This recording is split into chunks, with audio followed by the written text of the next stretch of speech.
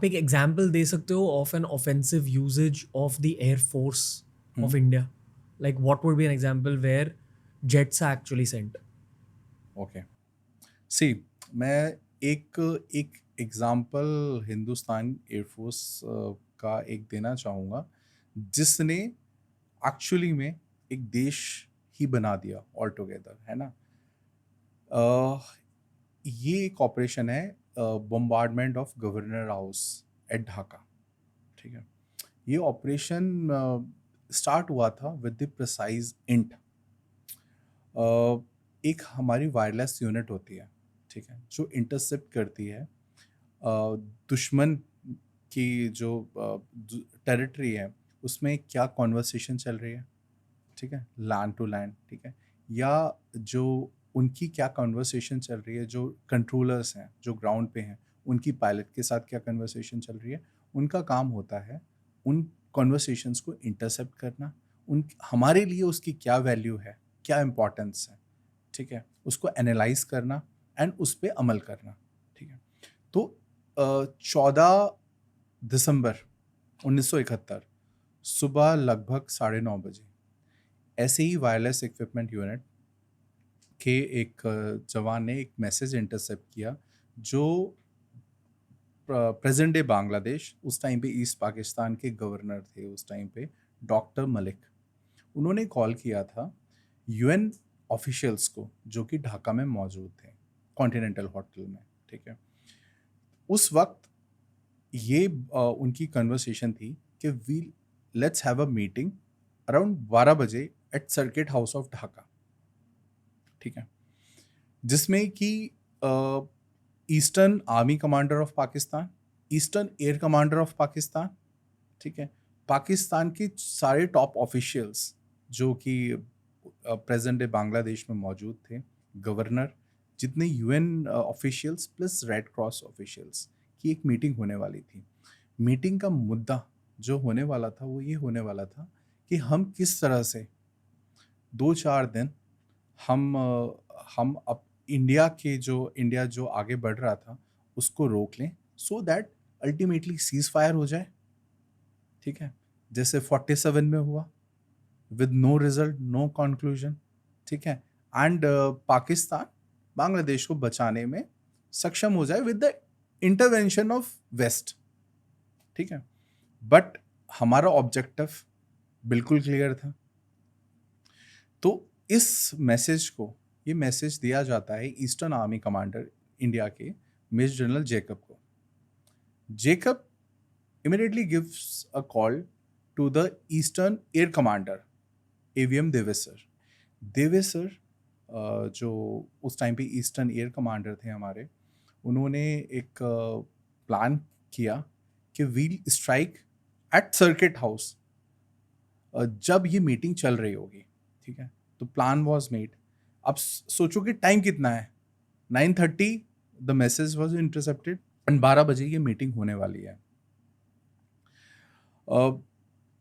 10:30 बजे जिस स्क्वाड्रन को ये ऑपरेशन कैरी आउट करना था, एक मिग 21 स्क्वाड्रन थी, नंबर 22 एट एट गुवाहाटी। वो उसके फ्लाइट कमांडर थे विंग कमांडर बिश्नोई। उन्होंने प्लान रेडी किया, with in half an hour plan was ready. MiG 21 ने उड़ान भरी भरी 3 जहाज गए फर्स्ट उसमें वेव में। First pilot took off, second pilot took off. जब third pilot was wing commander Bishnoi, the flight commander, जब वो उड़ने वाले थे, उसी वक्त वो देखते हैं कि रनवे से दूर एक एक ऑफिसर दौड़ता हुआ आ रहा है, उसके हाथ में कोई पेज है, उसको हिलाता हुआ आ रहा है। He is basically signalling to stop. वो अपना जहाज रोकते हैं, ठीक है, उससे बात करते हैं, व्हाट हैपेंड, ठीक है। ही टेल्स हिम कि there is a change in the plan. अब मीटिंग सर्किट हाउस में नहीं, अब मीटिंग गवर्नर हाउस में होने वाली है। अंडरस्टूड? तो अब because already 2 pilots already take off कर चुके हैं, ठीक है, वो नहीं चाहते थे ये मिशन किसी भी तरीके से दुश्मन इंटरसेप्ट कर ले इसके बारे में, ठीक है। तो वो अपनी आरटी साइलेंस मेंटेन रखते हैं।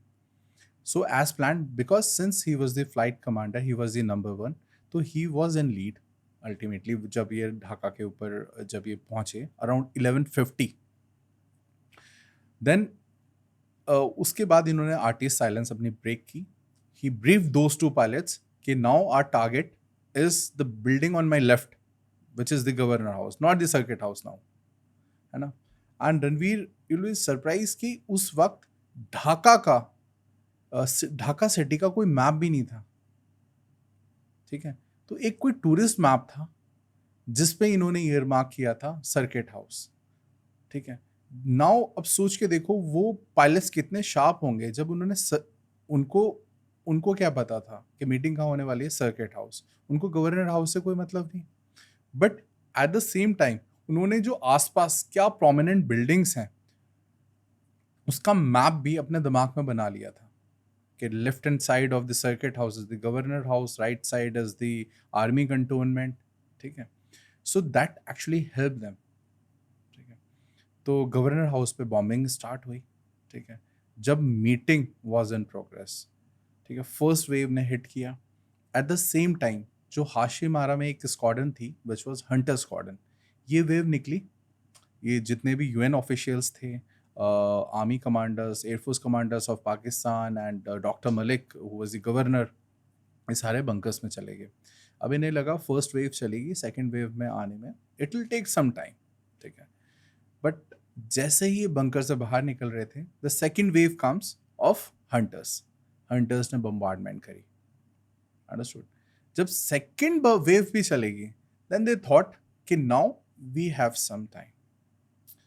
बट टू देयर सरप्राइज जो फर्स्ट वेव जो MiG-21 स्क्वाड्रन की थी, ये वापस गई, landed at Guwahati, refuelled, rearmed, and came back again within 45 minutes. Now the flying time between Guwahati and Dhaka is approximately 20 minutes. तो 20 minutes में ये वापस गए, 20 minutes में ये वापस आए, 40 minutes, within 4-5 minutes they refueled, they rearmed, and again the bombardment started on the governor house. Now almost ये सब होते होते it was 12:45. Morale of army commanders, air force commander and doctor Malik जो गवर्नर थे, and UN officials and red cross officials, they thought कि अब हम बच नहीं सकते. तो बोलते हैं डॉक्टर मलिक ने उसी वक्त अपना पेन पेपर निकाला, वहीं पे अपना रेजिग्नेशन दिया.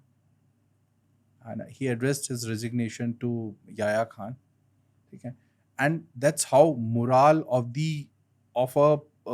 दैट लीडरशिप, है ना, वो टूटा. And result was surrender of 93,000 soldiers. ये वर्ल्ड की हिस्ट्री में इतना बड़ा सरेंडर कहीं दुनिया में नहीं हुआ. One of the most important operations. Most important operation. इस ऑपरेशन की वजह से आज एक देश का अस्तित्व है.